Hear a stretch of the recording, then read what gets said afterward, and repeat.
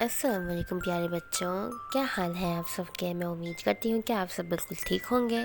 तो प्यारे बच्चों, आज मैं आप लोगों के लिए एक और दिलचस्प और मज़ेदार कहानी लेकर आई हूँ। कहानी अगर अच्छी लगे तो इसे लाइक करना मत भूलिएगा और मेरे चैनल को सब्सक्राइब कर दीजिएगा। तो चलें कहानी को शुरू करते हैं। एक दफ़ा का जिक्र है कि एक आदमी के पास एक गधा हुआ करता था। वो उस पे नमक लाद कर मंडी बेचने जाया करता था।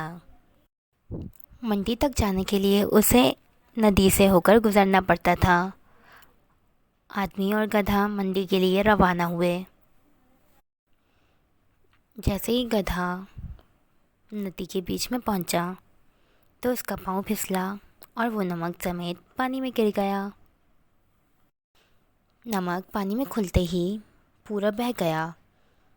आदमी ये देखकर बहुत परेशान हुआ और घर वापस जाने का सोचने लगा, क्योंकि अब तो मंडी जाने की ज़रूरत ही नहीं थी। अगले दिन आदमी फिर से नमक लाद कर मंडी के लिए रवाना हुआ, मगर इस बार जानबूझकर कामचोर गधा पानी में बैठ गया। सारा नमक खुलकर पानी में बह गया और गधे का वज़न कम हो गया। आदमी को गधे की सारी मक्कारी समझ में आ गई।